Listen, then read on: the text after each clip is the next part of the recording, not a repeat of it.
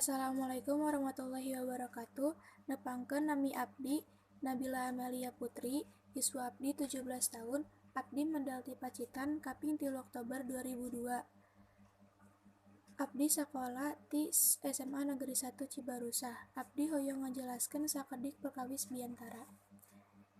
Biantara atawa pidato teh nyaeta nepikeun hiji kedalan atawa caritaan anu disusun meureunah di hareupan jelema loba dina suasana resmi atawa teu resmi. Biantara ngabogaan sababaraha tujuan atawa maksud, anu diantarana hiji mere informasi atawa pamahaman ka batur. 2.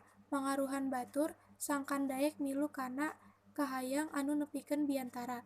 3. Nyieun batur jadi gumbira. Langkah-langkah penting anu kudu dilakukeun dina nyieun jeung nepikeun hiji biantara nyaeta: usahakeun supaya milih topik anu urang apal, topik nu urang resep, jeung topik anu matak kata dihadirin.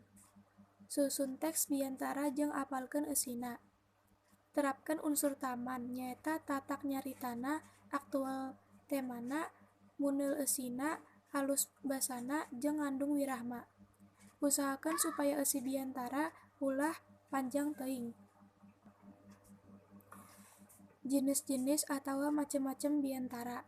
Dumasar dina sipat ti eusi biantara. Biantara bisa dibedakeun jadi: hiji. Biantara bubuka. Biantara bubuka nyaeta biantara singget anu dibawakeun ku pamaca acara atawa MC. Biantara pangarahan nyaeta pidato pikeun ngarahkeun dina hiji pasamoan. 3. Biantara pangbagea nyaeta mangrupa biantara anu ditepikeun dina hiji acara kagiatan atawa kajadian nu tangtu anu bisa dipigawe ku sawatara urang jeung wayah anu kawates sacara gonta-ganti. 4. Biantara paresmian nyaeta biantara anu dipigawe ku jelema anu berpengaruh pikeun ngaresmikeun hiji hal. Biantara laporan nyaeta biantara anu eusina nyaeta ngalaporkeun hiji pancen atawa kagiatan.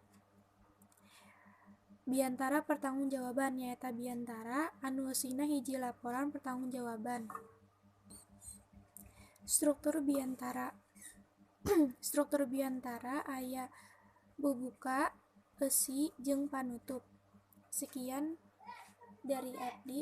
Wassalamualaikum warahmatullahi wabarakatuh.